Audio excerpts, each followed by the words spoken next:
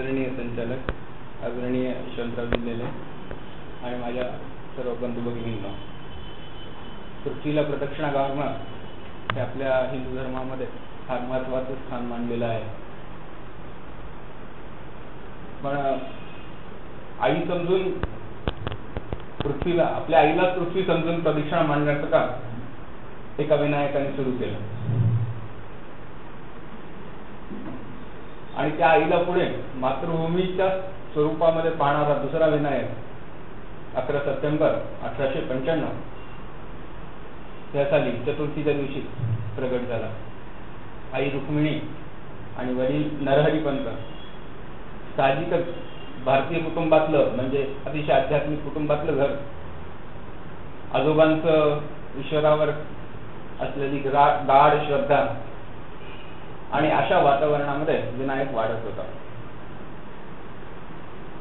आपण ज्यावेळी चरित्र पाहतो एखाद्या व्यक्तीचं, की चरित्र पाहत असताना तिने काहीतरी अफाट असं भव्य दिव्य काम केलेलं असतं जे सहजासहजी सामान्य लोकांना जमणारं नसतं. आणि आपण ते चरित्र पाहतो, ऐकतो आणि अतिशय उत्साहित होतो आणि काय करायचं त्या चरित्रातून तेच फक्त राहून जातं.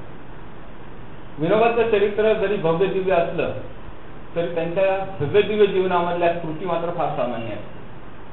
म्हणून ह्या भव्य दिव्य जीवनातल्या कृती पाहत असताना, सामान्य कृती पाहत असताना, सामान्य कृतीतून माणूस असामान्य कसा होतो ह्याचं आपल्याला फार छान दर्शन होतं. विनोबा म्हणतात की मी काही नवीन सांगितलं नाही, मी नवीन काही करत नाही. जे भारतीय संस्कृतीत सांगितलं गेलेलं आहे किंवा जे संतांनी सांगितलेलं आहे तेच मी फक्त सांगतो. ते ज्ञान मी परत तुम्हाला सांगतोय. असं जवळपास 12 ते 13,000 पानाचं लेखन केलेला हा संत, महात्मा, देशभक्त, ह्याचं विविध अंगी चरित्र पाहत असताना आपल्याला थोडासा इतिहासाचा दाखला घ्यावा लागतो. भारतीय संस्कृती एक अशी चिरंतन संस्कृती आहे, अशी एक प्रवाह आहे, अशी एक नदी आहे की जिच्यामध्ये स्थित्यंतर आणि बदल ही सारखी होत राहतात. आणि स्थित्यंतर पाहायची असतील तर विविध महात्म्यांची किंवा संतांची चरित्र जर आपण पाहिली ती चरित्र आपल्याला त्या स्थित्यंतराची, बदलाची आपल्याला जाणीव करून देतात. मुळात त्या ह्या मूळ तत्वावर आधारित ही संस्कृती आपण जर पाहिलं, शंकराचार्यांनी आपल्याच हिंदू धर्माचा एक रिव्होल्युशनरी चाइल्ड किंवा क्रांतिकारी जो मुलगा होता बुद्ध, त्याच्यामुळे वेदांत आणि वेद यांचं अस्तित्व धोक्यात आलेलं होतं. अशा वेळी शंकराचार्यांनी एक वेगळ्या प्रकारे संन्यासांची संघटना उभा करून त्याला एक विशिष्ट स्वरूप दिलं आणि हिंदू धर्माला परत उज्ज्वल स्थानावर आणलं. परत काही काळानंतर ते गतवैभव गेल्यानंतर एक परत रिव्होल्युशनरी चाइल्ड आला, एक असाच तरुण तडफदार संन्यासी आला. त्यांनी संन्यासाला सांगितलं की सामान्य जीवनामध्ये, सामान्य लोकांमध्ये जा, समाज परिवर्तन करा आणि तुमच्या भगव्या वस्त्राचं तेच काम आहे. समाजामध्ये परिवर्तन घडवणं हेच काम आहे. हा होते स्वामी विवेकानंद. 100 वर्ष तरी पुढे गेले, मागे गेलो आपण. पण अतिशय जवळ असं फार काही नाही तर आपल्या सगळ्या लोकांना माहीत असलेलं असं एक चरित्र, ज्यांनी त्या भगव्या वस्त्राचाही त्याग केला. त्या संन्यास परंपरेमध्ये आपल्याला मोक्ष नको, पण सामान्यामध्ये जाऊन दीनदलितांची सेवा हीच माझी ईश्वर सेवा आहे, हीच माझी राष्ट्रसेवा आहे असं करून व्रताचरणी राहणारा हा विनायक, त्याचं चरित्र म्हणजे भारतीय संस्कृतीचा हा वाढता प्रवाह, बदलता प्रवाह, त्यामध्ये होणारे स्थित्यंतर ह्याचं एक चांगलं उदाहरण आहे. आपण जर सहज पाहत असताना एखाद्या चरित्राचा अभ्यास करत असताना तर लहानपण, बालपण, तरुणपण आणि मग त्यांनी केलेलं कार्य ह्याच्याकडे आपण पाहतो. पण मी एखाद्या चरित्राकडे पाहत असताना नेहमी असा विचार करतो की त्यांनी त्याच्या वयामध्ये जे केलं ते मी माझ्या वयात करू शकतो का? त्यांनी त्याच्या 5व्या वर्षी, 6व्या वर्षी काय केलं त्यावेळी मी माझ्या 5व्या, 6व्या वर्षी करत होतो का? त्यामुळे चरित्र ऐकत असताना कुठेतरी आपण एक अंतर्मुख व्हायचं असतं. आणि ह्या साध्या साध्या कृती ह्या मोठ्या लोकांनी त्यांच्या वयामध्ये केल्या, आपण आपल्या वयामध्ये करू शकत नाहीत का? ह्याचा पण एक अभ्यास करायचा असतो. म्हणून विनोबांचं चरित्र पाहत असताना आपण सहज करत आपल्या आयुष्याकडे पण आपण थोडंसं अंतर्मुख होऊन पाहूया. विनोबांचं आयुष्य अतिशय सुटसुटीत आहे. विनोबांनी कुठल्या प्रकारचं कॉम्प्लिकेशन्स आयुष्यामध्ये निर्माण होऊ दिल्या नाहीत किंवा कॉम्प्लिकेटेड आयुष्य असं नाही आहे. त्यांच्या लेखामध्ये देखील सरळ सहजता आहे.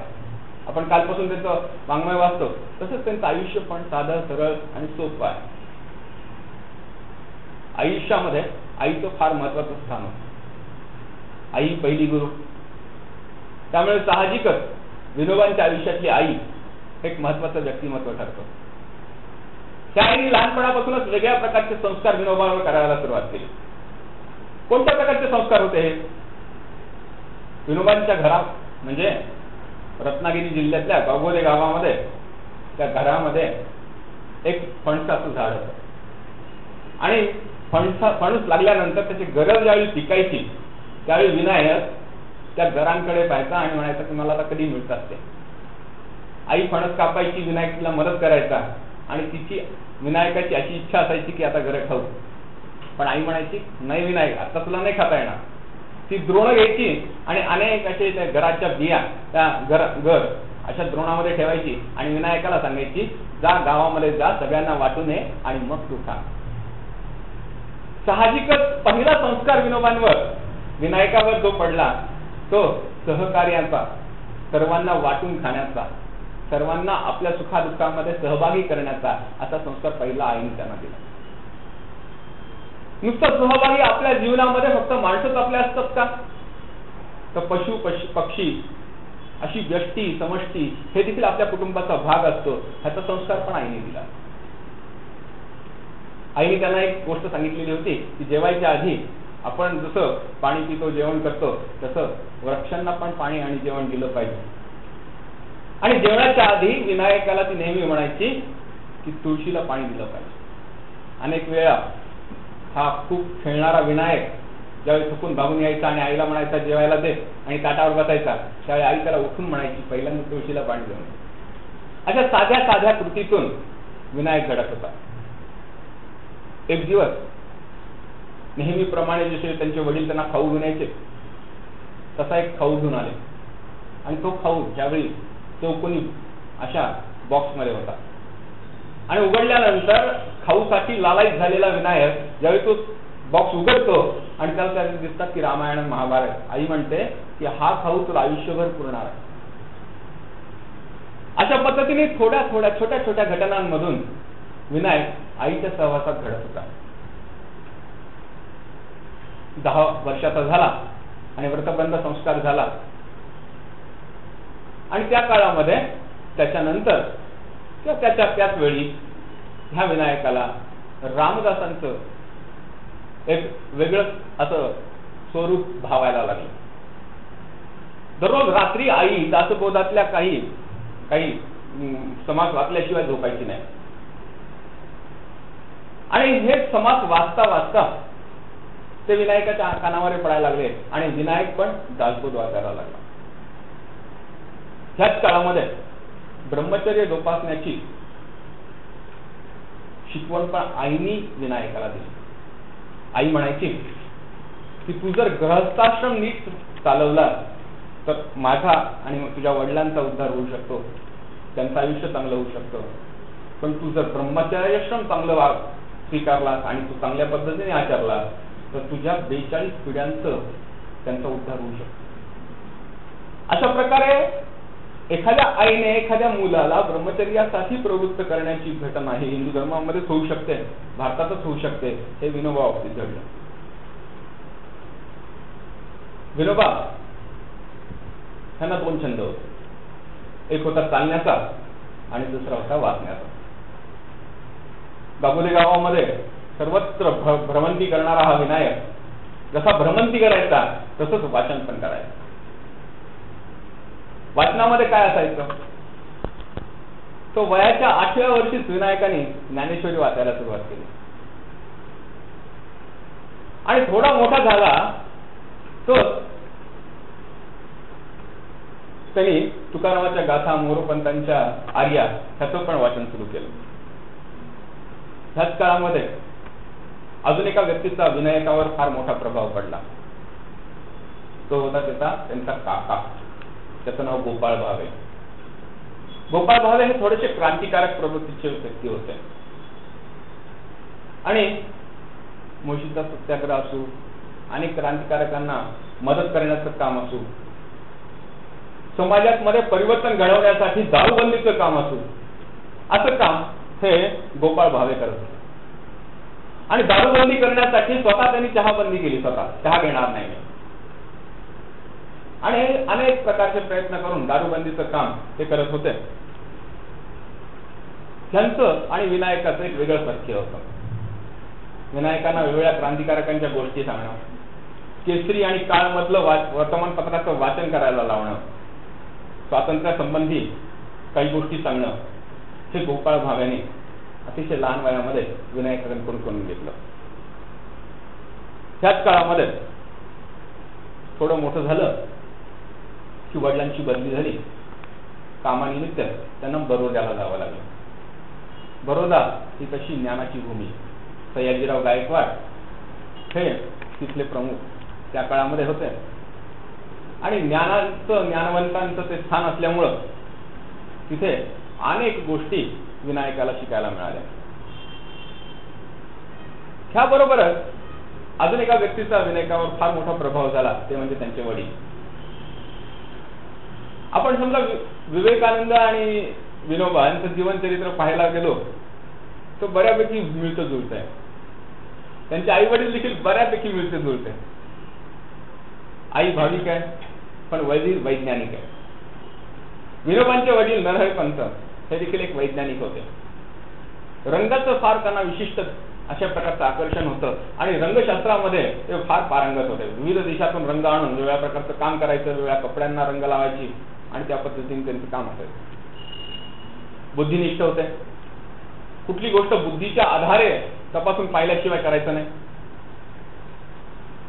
संगीतात निपुण होते. मृदुंग कलेवर त्यांनी 3 पुस्तकं लिहिलेली होती. त्यात महत्वाचं वैशिष्ट्य म्हणजे गणित हा विषय त्यांचा खूप आवडता होता आणि विनोबांच्या आयुष्यामध्ये गणित हा त्यांचा आत्मज्ञानानंतरचा दुसरा आवडता विषय ठरला. त्याचं कारण हे त्यांचे वडील होते. लहानपणापासून गणिता बाबतीमध्ये विशिष्ट म्हणजे प्रभाव पडावा अशा पद्धतीचं काम विनायक दाखवत होता. संगीतातही त्याच काळामध्ये त्यांना थोडीसा अभ्यास करायची संधी मिळाली. हे करत असताना मित्रांबरोबर देश आणि देव ह्याच्या बाबतीत चर्चा करणं, भ्रमंती करणं असा एक वेगळाच छंद विनायकला लागला. अनेक मित्रांबरोबर देशाबाबतीत, धर्माबाबतीत, देवाबाबतीत वेगवेगळ्या प्रकारच्या चर्चा करणं असं काम वयाच्या 16-17व्या वर्षी हा विनायक करत असे. 1913ला मॅट्रिकची परीक्षा पास झाले आणि मग विषय सुरू झाला की पुढे काय शिकायचं. वडील आधुनिक विचाराचे होते. आई सनातन विचाराची होती, शाश्वत विचाराची होती. आईची इच्छा होती संस्कृत शिकावं. वडिलांची इच्छा होती की विज्ञानाची भाषा ही फ्रेंच आहे त्यामुळे फ्रेंच शिकावं. थोडी दोलायमानच आहोत. आई सारखं विनोबाला समजून सांगत होती, विनायकाला समजून सांगत होती की भारताची राहायचंय ना, भारतातल्या प्रत्येक लोकांनी संस्कृत शिकलंच पाहिजे, फ्रेंच नाही शिकलं तरी चालेल. आणि वडील सांगत होते आधुनिक जगाची कास धरायची असेल तर फ्रेंच शिकलंच पाहिजे. अशा अवस्थेमध्ये थोड्या विज्ञाननिष्ठ आणि गणिताचे ज्ञान असणाऱ्या विनायकाचा साहजिकच फ्रेंच भाषेकडे कळला आणि त्यांनी फ्रेंच भाषा घेतली. पण त्याचबरोबर त्यांनी आईला आश्वस्त केलं की मी जरी संस्कृत भाषा नाही घेतली तर मी संस्कृत भाषेमध्ये अतिशय प्रामाणिकपणे प्रयत्न करीन, प्रगत होईल आणि त्याच्यामध्ये विशिष्ट असं ज्ञान मिळेल. आणि त्यांनी सत्य करून दाखवलं. मराठी नंतर सगळ्यात चांगली भाषा विनोबाला कोणती जमत असेल तर ती संस्कृत येते. ती त्यांनी शिकलेली नाही, ते स्वतः शिकत गेले. विनोबाने हे सिद्ध करून दाखवलं की संस्कृत काही शिकवावं लागत नाही, ते शिकता येतं. आणि फ्रेंच शिकता शिकता जगाचं विज्ञानाचं भांडार देखील त्यांना मोकळं व्हायला लागलं. आधुनिक ज्ञानाचं भांडार त्यांना मोकळं व्हायला लागलं. बरोद्यामध्ये सयाजीराव गायकवाडांची एक लायब्ररी होती आणि ती अशी म्हटलं जायचं की भारतामधली सगळ्यात चांगली लायब्ररी आहे. आणि ही लायब्ररी पाहिल्यानंतर विनायकाच्या मनामध्ये एका वेगळ्याच प्रकारची उर्मी निर्माण झाली आणि त्यांनी ए पासून झेड पर्यंत जेवढी पुस्तकं होती तिथे वाचायचा सपाटा सुरू केला. एका पाठ एक अशी अनेक पुस्तकं त्यांनी वाचून काढली. नुसतं पुस्तकांच्या सहवासात नाही, तर त्या काळामध्ये बरोदामध्ये अतिशय प्रगाढ बुद्धिमत्तेचे श्री अरविंद तिथे काम करत होते. आणि हा अरविंदांच्या प्रवचन ऐकण्याची संधी देखील विनायकाला त्या काळात मिळाली. फक्त अरविंदांबरोबर थांबले नाहीत ते, तर अरविंदांचे जे गुरु होते लेले शास्त्री, त्यांना भेटायला पण ते गेले. त्यांच्याशी त्यांनी चर्चा केली, गप्पा मारल्या आणि काय योगशास्त्र आहे ते समजून घेण्याचा प्रयत्न केला. अशा बुद्धीच्या क्षेत्रात अतिशय पारंगत असणाऱ्या लोकांच्या सहवासामध्ये विनायक वाढत होता. त्याचबरोबर त्याच्या प्रतिभेला देखील एक नवीन उभारी फुटत होती. आणि ह्या काळात कविता करण्याचा छंद विनायकाला जुळला. अनेक कविता करायच्या, आईला वाचून दाखवायच्या आणि अग्नीला अर्पण करायच्या, असा प्रकारचा क्रम असायचा. एकदा आई म्हणली मला गीता शिकायची, गीता समजून घ्यायची. विनायकने अनेक पुस्तकं आणून दिली, पण आईला काही गीता समजेना. आई म्हणली हे मराठीत असेल तर बरं होईल म्हणून मराठीतली पुस्तकं आणून दिली, पण काही समजेना. शेवटी आई म्हणली की ह्या गीतेला मराठी स्वरूप तूच दे ना. विनायक म्हणला मी कसं देणार. आई त्याला लाडाने विनया म्हणायची. आईच्या आणि विनोबाचे संबंध एक वेगळ्या प्रकारचेच होते. कोण गुरु आणि कोण शिष्य कळतच नव्हते. एकदा असाच वाद घरामध्ये निर्माण झाला की आईला एक लक्ष तांदूळ ईश्वराला व्हायची होती. वडील गणिताचे अध्यापक म्हणजे गणिताचे विद्यार्थी. वडील म्हणले एका तोळ्यामध्ये किती दाणे बसतात ते बघा आणि त्याप्रमाणे काउंटिंग करून किती लाख दाण्यांसाठी किती किलोग्रॅम लागतात तेवढे मोजून घेऊन टाका. लॉजिकली तर पडण्यासारखी गोष्ट होती. आईला काही कळेना. शेवटी आईने विनायकला विचारलं, विनया तुझे बाबा तर असं म्हणतायत त्याच्यातही तथ्य आहे, पण मी काय करू रे. विनायक म्हणाला आई तांदूळ व्हायचेत ना आपल्याला, तर तांदूळ वाहत असताना देवाचं नामस्मरण करत करत जर आपण ते मोजले तर लक्ष वेळा देवाचं नामस्मरण होईल आणि लक्ष तांदूळ वाहण्याचं पुण्य पण मिळेल. पण आपण असं मोजून वाहण्यापेक्षा किलोमध्ये वाहण्यापेक्षा आपण 1 लक्ष तांदूळ वेगवेगळे करून मंत्र म्हणत म्हणत देवाचं नामस्मरण करत करत सेपरेट करत वेगळे करत पाहू. आणि ते गोष्ट आईला पटली. अशा अनेक गोष्टी बाबतीत वडिलांची ज्यावेळी वाद व्हायचा आईचा त्यावेळी मान्यता मिळवायची आई विनायकाची. विनया जे म्हणे ते आईला पटायचं. पण आईला पण हे पटायचं जसं आईचं विनायकाचं आईला पटायचं तसं आईचं पण विनायकाला पटायचं. ब्रह्मचर्याचं थोडंसं फार भूत असलेला हा विनायक आपल्या बहिणीच्या लग्नामध्ये ब्रह्मचर्य पाळणारे लोक जेवत नसतात असं म्हणून जेवायला तयार नव्हतं. म्हणलं मी जेवणार नाही, लग्नामध्ये जेवायचं नाही.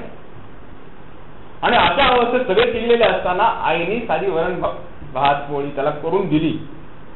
आणि जेवता जेवता आई म्हणाली की ब्रह्मचर्य तुझ्या ब्रह्मचर्यामध्ये आडकाठी तर आणत नाही ना. आणि त्यांना सांगितलं की लग्नामध्ये गोड नाही खाल्लं तर चालेल, साधी वरण भात खाल्लं तर ब्रह्मचर्याला काही दुःख होऊ शकत नाही, काही नुकसान होऊ शकत नाही. आणि विनोबाला ते पटलं. पुढे अतिशय दीनदरिद्र्यांच्या हरिजनांच्या वस्त्यांमध्ये जाऊन त्यांचं अन्न खाणारा विनायक हा ह्या आईची देणगी होता. अशा प्रकारचं जीवन जात असताना वेगळ्या प्रकारे विनायक घडत होता. आपण म्हणतो टीन्स, त्या टीन्स मधून जात होता. आणि मॅट्रिकची परीक्षा झाल्यानंतर एंटरची परीक्षा बहुतेक काहीतरी असते, ती परीक्षा देण्यासाठी मुंबईला निघाला.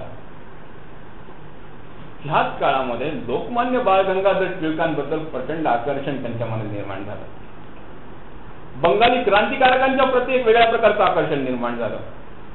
आणि हे करत असतानाच हिमालयाप्रती प्रकारचं एक वेगळ्याच प्रकारचं आकर्षण ह्या विनायकामध्ये निर्माण झालेलं होतं. तो निघाला मुंबईला, पण सुरतेचं स्टेशन आल्याबरोबर तिथे थांबला आणि तिथून तो जो मुंबईची दिशा सोडून उत्तरेकडे चालायला लागला आणि तर हिमालयाच्या कुशीमध्ये. आणि ते हिमालयाचं एकंदरीत वातावरण पाहिल्यानंतर वेगळ्याच अवस्थेतला विनायक त्याची वेगळ्या प्रकारच्या शिक्षणाची परंपरा आता सुरू झालेली होती. त्याचं वेगळं शिक्षण सुरू झालेलं होतं. काशीला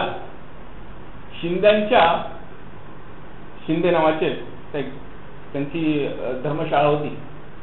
तिथे विनायक राहिला आणि तिथे त्याने अभ्यास सुरू केला. काशीमध्ये धर्मशाळेमध्ये जेवण करताना जेवण वाढण्यासाठी खूप वेळ असायचा. जेवण पूर्ण वाढण्यासाठी बराच वेळ जायचा. मग काय करायचं तर विनायकाने एक नवीन सवय लावून घेतली की जेवायच्या आधी 18 अध्याय गीता म्हणायचे. आणि ते 18 अध्याय त्यांनी जेवायच्या आधी म्हणायला सुरुवात करायचे. जेवण वाढणं झालं की जेवायचे, परत निघायचे. त्यावेळी त्यांना 2 आणि दक्षिणा मिळायची. आणि संध्याकाळी मग ठरलेलं त्यांचं 2 तळे दही, 2 तळे म्हणजे 20 ग्रॅम दही आणि 2 रताळे एवढं खाऊन हा विनायक राहायचा काशीमध्ये. ह्याच काळात तात्या टोपेंची बहीण त्यांना भेटली आणि तिने त्यांच्या घरी त्याला राहायला बोलवलं आणि तात्या टोपेंच्या घरी विनायक राहायला गेला. तिथे राहत असतानाच राष्ट्रीय शाळेमध्ये मुलांना शिकवण्याचं काम पण करायला लागला. आपल्या मित्राबरोबर, विशेष सलगी असणाऱ्या मित्राबरोबर तो राहत होता आणि अचानक एक दिवस मित्राचं देहावसान झालं. त्यांना जाळण्यासाठी पण त्यांच्याकडे पैसे नव्हते. लाकडं जी लागतात त्यांच्यासाठी पैसे नव्हती. ब्राह्मणाला बोलवून ते त्यांना दक्षिणा देण्या इतके पैसे नव्हते. शेवटी विनायकाने स्वतः सगळा विधी केला आणि स्वतःच अग्नी दिला. अशा प्रकारे अतिशय तरुण वयामध्ये अनेक विपदांना सामोरं जाण्याची शक्ती त्यांच्यामध्ये निर्माण झाली. त्याच काळामध्ये काशी विश्वविद्यालयाची स्थापना झालेली होती. मदन मोहन मालवीय यांनी बनारस हिंदू युनिव्हर्सिटीची स्थापना केली होती आणि अनेक राजे रजवाडे तिथे आलेले होते. मोठे मोठे सरदार आलेले होते, मोठे मोठे ज्ञानी आलेले होते. त्यांची भाषणं चाललेली होती आणि त्याच सभेमध्ये एक साधारण असा माणूस उठला आणि तो सगळ्या उमरावांना म्हणाला की तुमचे जवाहर, तुमचे रत्न तुम्ही आता बाजूला काढा आणि ह्या गोरगरीब जनतेच्या उद्धारासाठी तुम्ही तुमचे सगळे सोने दागिने बाजूला ठेवून द्या, ते देशासाठी समर्पित करा. दुसरं त्यांनी वाक्य सांगितलं की भारतामध्ये ही दीनता आलेली आहे ती गुलामगिरीमुळे आलेली आहे. भारत स्वतंत्र झाला पाहिजे आणि इंग्रजांनी हा देश सोडला पाहिजे. हा देश सोडणं त्यांचं कर्तव्य आहे आणि त्यांनी जर सोडलं नाही तर मी त्यासाठी प्रयत्न केले, बरं तर माझा जीव गेला तरी चालेल. असा ह्या सामान्य माणसाचे विचार त्या विश्वविद्यालयामध्ये घुमत होते आणि एक वेगळंच वातावरण निर्माण झालं. काही दिवसांनी वर्तमानपत्रामध्ये त्या भाषणाचा सारांश आला आणि विनायकांनी ती भाषण ते वाचल्यानंतर त्यांच्या मनामध्ये एकदम वेगळ्या प्रकारची उर्मी झाली. कोण हा माणूस? हा वेगळा काहीतरी सांगतोय. विनायकाला नेहमी वाटायचं की देशाचं स्वातंत्र्य गेलेलं आहे, देशामध्ये लोक गुलाम झालेले आहेत. ह्याचं गुलामगिरीचं कारण काय? स्वातंत्र्य मिळेल हो, इंग्रजांना बाहेर काढता येईल, पण गुलाम का झालेत ह्या प्रश्नांचं उत्तर आपल्याला शोधता येतील का? त्या प्रश्नांना दूर करता येईल का? एकदा परत स्वातंत्र्य मिळेल आणि परत आपण गुलामगिरीमध्ये जाऊ शकू आणि गुलामगिरीचे प्रश्न जे आहेत, जे कारण आहेत ते जर सुटले तर काय उत्तर आहे? अशा अवस्थेमध्ये हे जे भाषण होतं, ह्या व्यक्तीचे विचार होते, ते विनायकाला भावायला लागले आणि त्यांनी सरळ अनेक प्रश्नांची एक मालिका तयार करून एक पत्र त्या व्यक्तीला पाठवलं. त्या व्यक्तीचं उत्तर आलं की अशा प्रश्नांना, अशा मूलभूत प्रश्नांना पत्राद्वारे उत्तर देणं अशक्य आहे. तू तात्काळ मला जर भेटू शकत असशील तर भेटायला ये. अहमदाबादच्या कोचभर आश्रमामध्ये हा महात्मा गांधी हा तो व्यक्ती होता. त्यांना भेटण्यासाठी विनोबा आले. 7 जून हा दिवस होता 1916.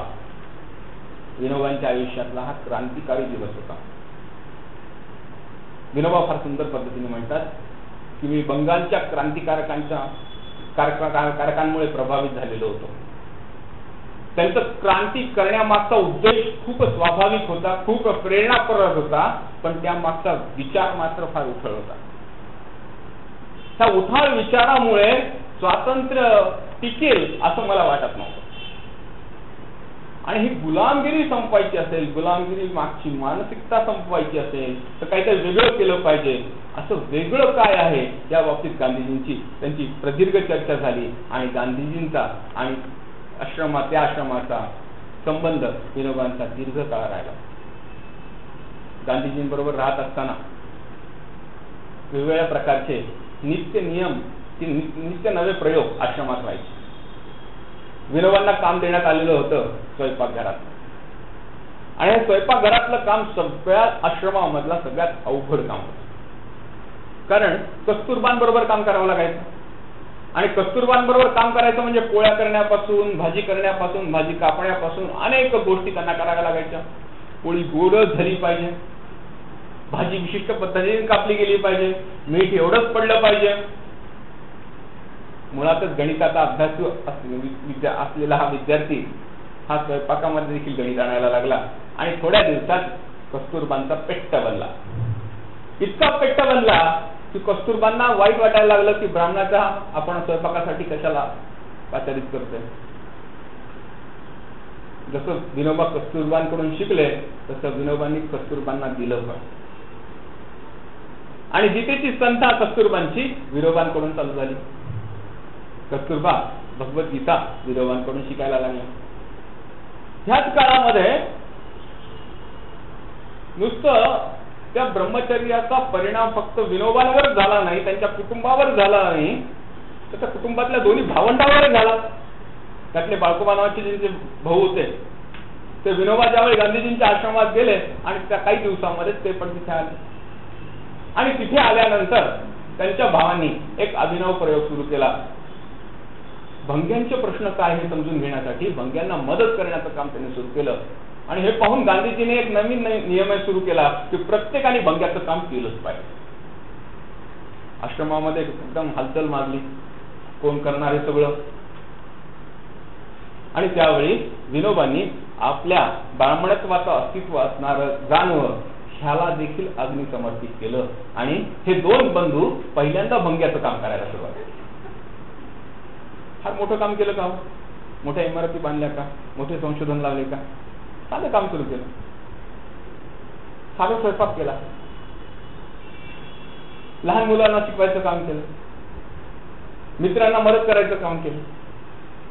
हे करत करतच विनोबा वाढत होते, आणि अशा प्रकारे आश्रमामध्ये वेगवेगळ्या प्रकारचे प्रयोग करण्याचं काम सुरू होत असताना विनोबांना एक नवीन उर्मी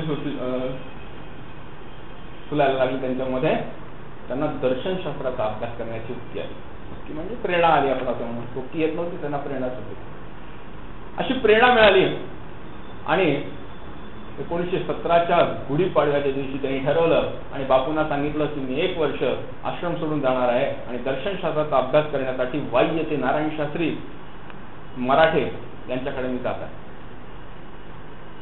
आणि बरोबर गुढीपाडव्याच्या दिवशी विनोबा आश्रमातून बाहेर पडले.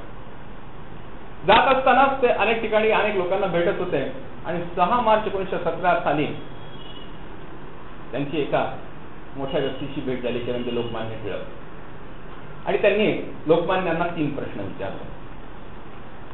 पहिला प्रश्न होता की तुमच्यामध्ये अभय प्रस्थापित झालंय का? तुम्ही सर्व भयमुक्त आहात का? लोकमान्यांना प्रश्न विचारला. दुसरा प्रश्न कबीराचा एक काहीतरी वेदांतावरचं पुस्तक आहे ते तुम्ही वाचलंय का? आणि तिसरा प्रश्न विचारला ज्ञानमार्गातून मोक्ष मिळतो का? टिळकांनी पहिल्या 2 प्रश्नांचं उत्तर दिलं नाही, पण तिसऱ्या प्रश्नाचं उत्तर त्यांनी सरळ दिलं, ज्ञानमार्गातून मोक्ष मिळतो, पण त्यासाठी लोकसंग्रह मात्र करावाच लागतो, करावं लागतं. एवढं प्रश्नाचं उत्तर मिळाल्याबरोबर साष्टांग दंडवत टिळकांना घातला, आणि हे महाराज आपल्या दर्शनशास्त्राच्या अभ्यासात मग्न झाले. बरोबर 1 वर्षाने म्हणजे पुढच्या गुढीपाडव्याला ते बरोबर आश्रमात आले. आणि आश्रमात आल्यानंतर काही दिवसातच एक दुःखद घटना घडली. त्यांच्या आयुष्यामध्ये अतिशय महत्वाचं अस्तित्व असणारी त्यांची आई जात राहिली. 14 ऑक्टोबर 1918 आईचा मृत्यू विनायकाच्या दृष्टीने, विनोबांच्या दृष्टीने एक वेगळा, फार महत्वाचा होता, वेगळा होता. आयुष्याला एक वेगळी कलाटणी त्या दिवशी त्यांना मिळाली. मोठा मुलगा म्हणून अग्निसंस्कार करण्याचं काम त्यांच्यावर होतं. पण हे आळून बसले की पुरोहिताच्या मदतीने मी अग्निसंस्कार करणार नाही, मी माझा मी अग्निसंस्कार करणार. लोक हे स्वीकारायला तयार नव्हते आणि अग्निसंस्काराला विनायक गेला नाही. मी नाही येणार नाही. आणि त्या दिवशी त्यांनी वेदाला आपली आई मांडलं आणि ह्याच्या पुढे वेद माऊली हीच माझी आई आहे आणि तिचा अभ्यास करणं हाच माझा धर्म आहे असं त्यांनी केलं. आता हट्टाला पेटणारा विनायक आयुष्याच्या उतरणीच्या काळापर्यंत आईची एक साडी आपल्या आयुष्याला घेऊन राहील. म्हणजे आपल्या तत्वाची तडजोड न करता भावना किती उच्च प्रतीच्या होत्या, आपल्या आईशी किती एकरूप झालेले होते हे दिसतून आपल्याला लक्षात येतं. आणि त्या काळापासून वेदांचा अभ्यास विनोबांचा सुरू झाला आणि अनेक नवनवीन प्रयोग त्यांनी सुरू केले. जमनालालजी बळीराजांचं सारखं असा एक हट्ट लागलेला होता महात्मा गांधींच्या मागे की तुम्ही वर्ध्याला आश्रम सुरू करा. आता वर्ध्याला आश्रम सुरू करायचा तर काय करावं लागेल, त्या तोडीचा माणूस पाहिजे, त्या ताकदीचा माणूस पाहिजे. खूप आग्रह केल्यानंतर शेवटी बापूजींनी विनोबांना सांगितलं तू जा. आणि विनोबा आपल्या 4 विद्यार्थ्यांसह वर्ध्याला आले. 8 एप्रिल 1921, वय वर्ष 26 वर्ष.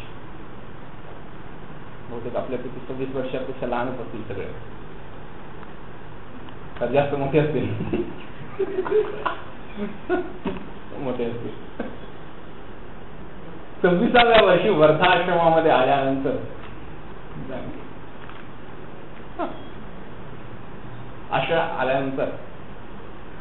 पुढचे 30 वर्ष विनोबांनी आश्रमी जीवनामध्ये राहिले.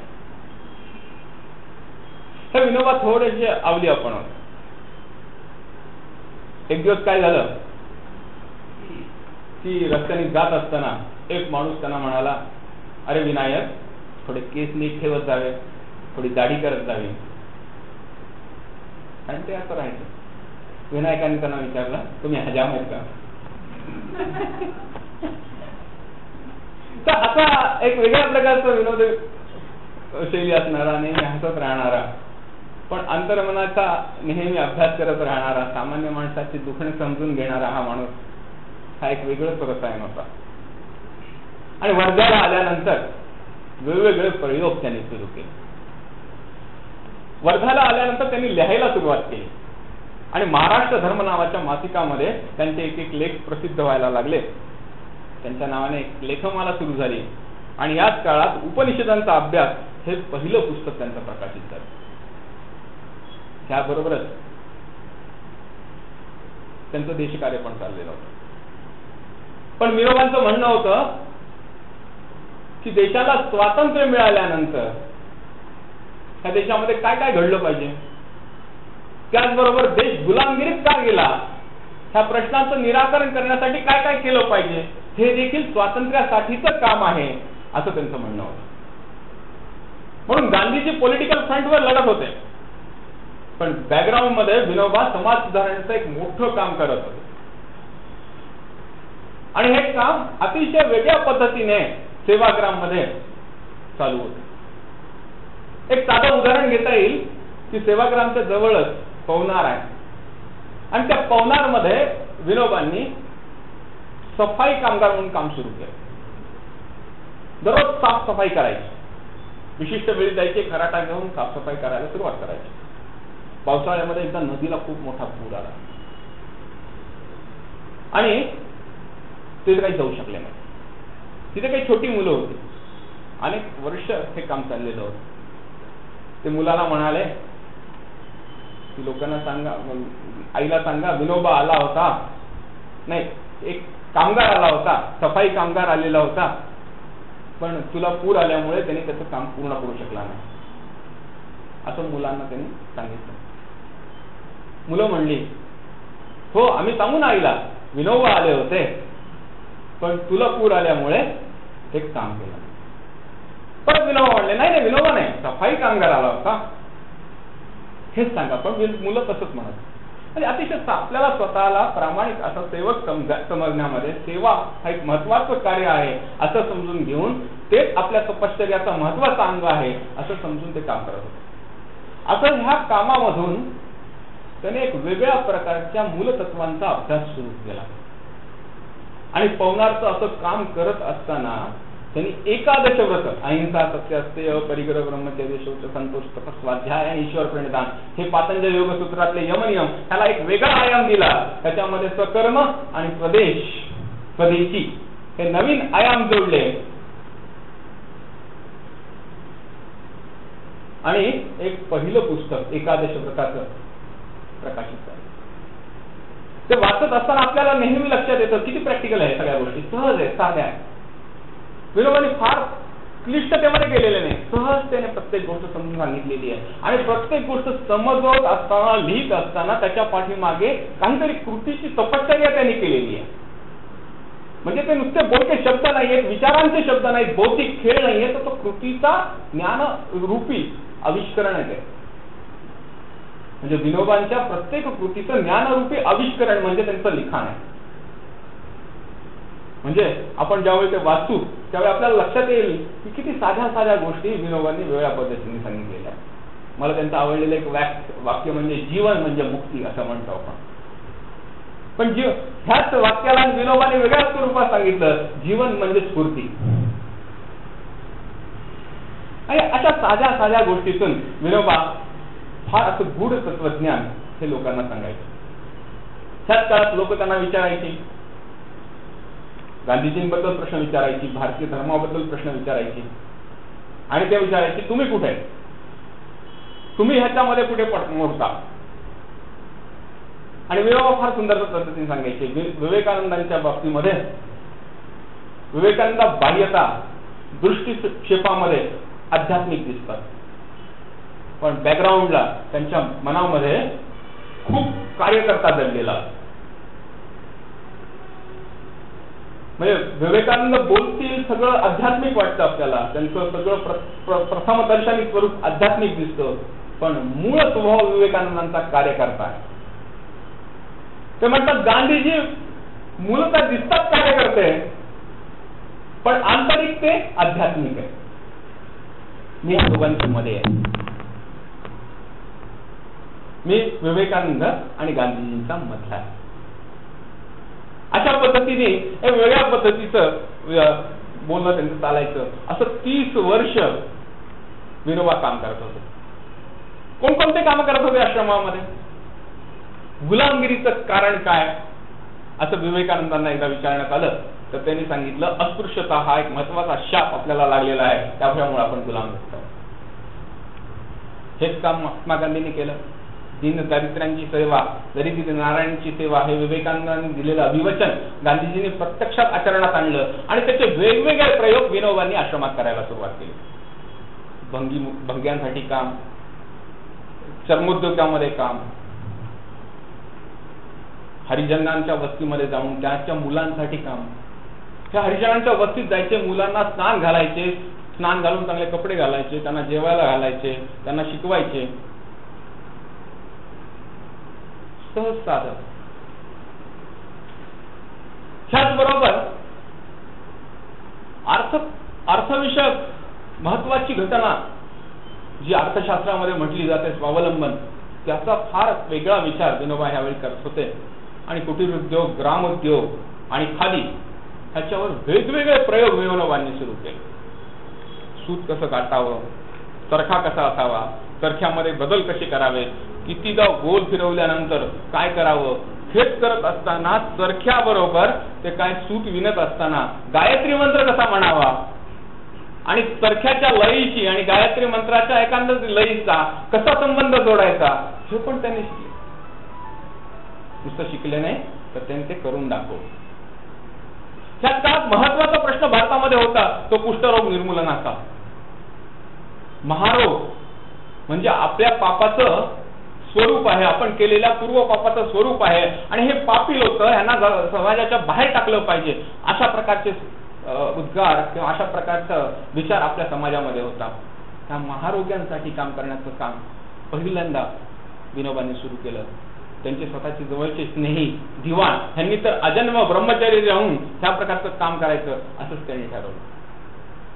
अशा अनेक प्रकारचं काम, आश्रमीय जीवन पद्धती, अध्यात्मशास्त्र, गणित, नुसतं अध्यात्मशास्त्र असून चालणार नाही, तर त्याला विज्ञानाची जोड दिली पाहिजे, अशा वेगवेगळ्या प्रकारचं काम विनोबा आश्रमामध्ये करत होते. आणि हे 30 वर्ष चालू होते. त्याच काळात एक 2-3दा त्यांना जेलमध्ये जावं लागलं. आणि एकदा धुळे जेलमध्ये गेल्यानंतर, धुळे जेलमध्ये ज्यावेळी विनोबा गेले, ते गेल्याबरोबर जेलरला म्हणाले की मला इथे जेवण फुकट मिळणार आहे, मला काहीतरी काम द्या. विनोबांना जेलर म्हणाले, तुमचं शरीर तर असं काडीमिडीत आहे, तुम्हाला काम दिलं तर तुमची तब्येत अजून खराब होईल. ते म्हणले, तुम्ही जर आम्हाला काम देणार नसाल तर उद्यापासून मी जेवणार नाही. शेवटी जेलरला म्हणावं लागलं, तुम्हीच तुमचं काम निवडा, आम्ही काही काम देणार नाही. आणि विनोबांनी तिथे आपल्या कामाला सुरुवात केली. त्यांना लक्षात आलं की जेलमधले हे सगळे देशभक्त जर एकत्र आले आणि त्यांना विशिष्ट प्रकारची जीवनशैली नसेल तर एक अंधाधुंदी जेलमध्ये माजू शकते आणि ह्या जेलमधून काही नवीन निर्मिती होणार नाही. म्हणून त्यांनी प्रयत्नाचे सुरू केले. जेलात आश्रमाचं स्वरूप दिलं आणि पूर्ण जे कैदी होते त्यांना आश्रमीय जीवन पद्धती कशी जेलमध्ये लागू करता येईल ह्याचा प्रयत्न सुरू केला. त्यांनी प्रार्थना सुरू केली, त्यांनी अभ्यास सुरू केले, त्यांनी सुतकाम सुरू केलं, त्यांनी स्वावलंबनाचे धडे द्यायला सुरुवात केले, जात्यावर दळण्याचं काम त्यांनी सुरू केलं, स्वयंपाक करण्याचं काम त्यांनी सुरू केलं. आणि हळूहळू जेलरचं काम कमी झालं आणि विनोबांनी पूर्ण जेल आपल्या ताब्यात घेतला. त्याच काळामध्ये काही लोकांना असं वाटायला लागलं की आपण आपला हा वेळ गीतेच्या अभ्यासामध्ये आपण घालवला पाहिजे. जमनालालजी बजाज त्यांच्याबरोबर होते, साने गुरुजी त्यांच्याबरोबर होते आणि ह्या धुळ्याच्या जेलमध्ये गीतेवर प्रवचन करण्याचं काम सुरू करून दर रविवारी विनोबाने सुरू केलं. आणि विनोबा प्रवचन करायचे आणि लिहून घ्यायचे साने गुरुजी. आणि गीता प्रवचन नावाचा जो अद्भुत असा ग्रंथ हा त्या धुळे जेलमध्ये तयार झाला. अशा प्रकारचे प्रवचन पुरुष कैद्यांसाठी होत आहेत म्हटल्यानंतर महिला कैदी म्हणाले आम्हाला पण पाहिजे. पण अशा प्रकारची व्यवस्था नव्हती, पुरुष कैद्यांनी जाऊन महिला कैद्यांनी शिकवायचं. पण त्यावेळेसचे जेलर वैष्णव नावाचे होते, ते म्हणाले की काही हरकत नाही की अशा प्रकारचं आपण काम सुरू करू. आणि स्वतः वैष्णव आणि त्यांच्या पत्नी त्या व्याख्यानाला बसायचं. हे ऐकल्यानंतर काही असे कैदी होते जे राजकीय कैदी नव्हते, त्यांना पण वाटायला लागलं की आपण गीता प्रवचन ऐकावे. मग त्यांच्यासाठी पण गीता प्रवचन सुरू झाली. ह्याच काळात गीताईचं लेखन पण पूर्ण झालेलं होतं, प्रिंटिंगचं काम सुरू झालेलं होतं आणि त्याचं प्रूफ चेकिंग विनोबांनी ह्या वेळी केलं. असं जेलमध्ये देखील आश्रमीय पद्धत सहजतेने बदलता येते हे विनोबांनी सहजतेने दाखवून दिलं. त्याच्या आधी असहकार आंदोलनामध्ये झेंडा आंदोलन सत्याग्रहाच्या वेळी विनोबांना नागपूर जेलमध्ये पण जावं लागलेलं होतं. असं एक वेळे सत्याग्रह चाललेली होती, आंदोलन चाललेली होती. जालियनवाला बाग हत्याकांड झालं, गांधीजी चिडून उठले आणि चले जावची घोषणा करण्यात आली. त्याचबरोबर पुढे व्यक्तिगत सत्याग्रह असा पण उपक्रम सुरू झाला आणि विनोबांना बोलून घेण्यात आलं वर्ध्याहून. आणि त्यांना सांगण्यात आलं की विनोबा तुझ्या मागे खूप काम आहे, मला माहिती आहे, प्रचंड काम करायचे. असं कित्येकदा झालेलं आहे की ह्या कामामुळे प्रचंड शरीर श्रम केल्यामुळे विनोबाचं शरीर अतिशय दुबळं व्हायचं, क्षीण व्हायचं. आणि मग गांधीजींना सांगावं लागायचं की आता ह्याच्या पुढे बंद, काम करणं बंद. एकदा असंच झालं, अतिशय क्षीण अवस्थेमधलं विनोबांचं शरीर पहिल्यांदा गांधीजींनी सांगितलं की तू आता हिमालयामध्ये आरोग्य वर्धनासाठी जा. विनोबा म्हणाले हिमालयात जायची कशाला गरज आहे, बाजूलाच पवनारला जमनालाल बजाजांचं घर आहे, तिथे मी जातो आणि तिथे विश्रांती घेतो. आणि विश्रांती म्हणजे खरी विश्रांती त्यांनी घ्यायला सुरुवात केली. विचार पण करायचा नाही आणि काम पण करायचं. आपण काम करत नाही पण विचार खूप करतो. काम करत विचार करतो, काम करत नाही, काम करतो विचार करत नाही, काहीतरी असं होतं. पण विनोबांनी दोन्ही करायचं बंद केलं आणि खरोखर गांधीजींची शाबासकी त्यांना मिळाली.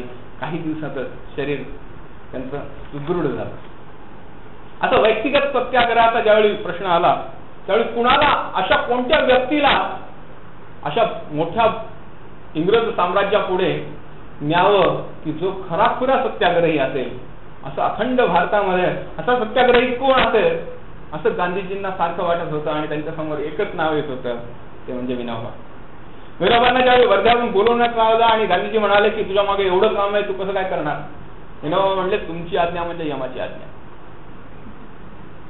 त्याला काही अपील नाही, चला आत्तापासूनच कामाला लागला. आणि विनोबांनी पहिला सत्याग्रह केला. त्यावेळी विनोबा कोण हे लोकांना माहीत नव्हतं.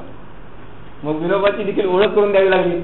वर्तमानपत्रातून जमनालाल बजाज यांनी विनोबांबद्दल लिहिलं, कोण हा व्यक्ती. असं 30 वर्षाचं आयुष्य झाल्यानंतर गांधीजी जात राहिले. गांधीजी गेल्यानंतर गांधीवादी लोकांना, गांधी धर्मी लोकांना, गांधीजीवी लोकांना नेता नव्हता. आणि अशाच अवस्थेमध्ये त्यांचं 1951 मध्ये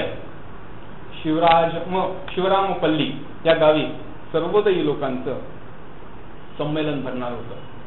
त्या गांधी अनुयायी, गांधीजीवी, गांधी धर्मी काय काय सगळं असं म्हणून त्या सर्व लोकांचं तिथे एकत्रीकरण होतं. आणि विनोबांनी यावं ह्यासाठी प्रयत्न चाललेले होते. विनोबांना सांगण्यात आलं, विनोबा म्हणले मी नाही काय येणार. मग लोक चिंतित पडले. शेवटी विनोबांना ते म्हणले की तुम्ही जर आला नाही तर हेच होणार नाही, म्हणजे अधिवेशनच होणार. मग विनोबा म्हणले ठीक आहे मी येतो, पण मी चालत येतो. मग वर्धा ते आंध्र प्रदेश, हैदराबाद चालत जायचं म्हणजे काय प्रकार. असंच एकदा घडलं की पंचवार्षिक योजनांचं नियोजन चालू होतं आणि नेहरूजींनी विनोबांना म्हटले की विनोबाजी तुमचं मार्गदर्शन फार गरजेचं आहे नियोजन मंडळाला, तुम्ही ताबडतोब या. विनोबांनी पत्र पाठवलं, ताबडतोब चालत निघाल. त्यावेळी ते कुठेतरी बिहारमध्ये होते, बोलते बिहार ते दिल्ली. तर विनोबांचं हे 51 नंतरचं आयुष्य एकदम वेगळं आहे. तो एक वेगळा पर्वत आहे. आपण आज शांततेत जगतो ह्याचं खरं श्रेय आपण काही अंशी तरी विनोबांना द्यायला पाहिजे. आश्रमीय जीवन पद्धतीतले विनोबा आणि भारतातले भ्रमंती करणारे परिव्राजक विनोबा हे एक वेगळं प्रकारचं रसायन. आंध्र प्रदेशातल्या तेलंगणा भागामध्ये एक प्रकारचं मोठं वावटं उठलेलं होतं. ते होतं कम्युनिझमचं, नक्षलवादाचं. आणि जमीनदारांचा मृत्यू त्यांना खून करून त्यांच्याकडून त्यांच्या जमिनी घ्यायच्या, भिडकावून घ्यायच्या आणि त्या गरिबांना द्यायच्या, अशा प्रकारचं मोठं वादंग रक्तरंजित क्रांतीचं स्वरूप तेलंगणामध्ये आलेलं होतं. हे असं स्वरूप पाहिल्यानंतर अहिंसा आता टिकेल का? स्वातंत्र्यानंतरच्या विकासासाठी अहिंसा पोषक असेल का? आपापल्या मतभेदांना अहिंसेने उत्तर देता येईल का? भारताला पूर्ण विकासाच्या स्थितीमध्ये न्यायचं असेल तर अहिंसा उपयोगी आहे का? भारताच्या जातीय प्रथेच्या विरुद्ध जर लढा द्यायचा असेल तर अहिंसा उपयोगी आहे का? भाषावर प्रांत रचनेच्या बाबतीत बोलायचं झालं तर अहिंसा उपयोगी आहे का? उद्योगधंद्याचा विकास करायचा असेल तर अहिंसा उपयोगी आहे का? अशा अनेक प्रश्न विनोबांच्यावर येऊन पडायला लागले. आणि ह्या आंदोलनाला, स्वकीयांच्या विरुद्धच लढण्यासाठी ही अहिंसा उपयोगी पडू शकते का? अशा प्रकारचे अनेक प्रश्न निर्माण झाले. भारतीय सरकारने तिथे मिलिटरी आणली आणि दरवर्षी 5 कोटी रुपये त्या मिलिटरीवर खर्च केला जायचा. कशासाठी? तर आपल्याच बंधूंचा त्यांचा खून करण्यासाठी, त्यांना मारण्यासाठी. ज्या अहिंसेने आपल्याला आपण म्हणतो की स्वराज्य मिळालं, त्या स्वातंत्र्यामध्ये हिंसाचाराने आपल्याच विरुद्ध आपलेच बंधू वागत होते. अशा अवस्थेमध्ये नलगोंडा जिल्ह्यामध्ये विनोबा एकदा बसले असताना 80 भूमिहीन लोक, अस्पृश्य लोक तिथे आली आणि त्यांना म्हणाली की आम्हाला काम करण्यासाठी काहीतरी द्या. विनोबा म्हणले मी काम करण्यासाठी मी काय देऊ, मी कुठे मोठा माणूस आहे. ते म्हणाले आम्हाला जमीन द्या. माझ्याकडे काहीच जमीन नाही, पण तुम्हाला किती जमीन पाहिजे? ते म्हणाले आम्हाला 80 एकर जमीन मिळाली तरी चालेल. प्रत्येकी एका कुटुंबाला 1 एकर. विनोबांना प्रश्न पडला आता 80 एकर कुठून मिळवायची. तिथेच एक रामचंद्र रेड्डी नावाचे गृहस्थ होते. ते म्हणले मी 100 एकर देतो. आणि तिथून एक वेगळ्या अध्यायाला सुरुवात झाली.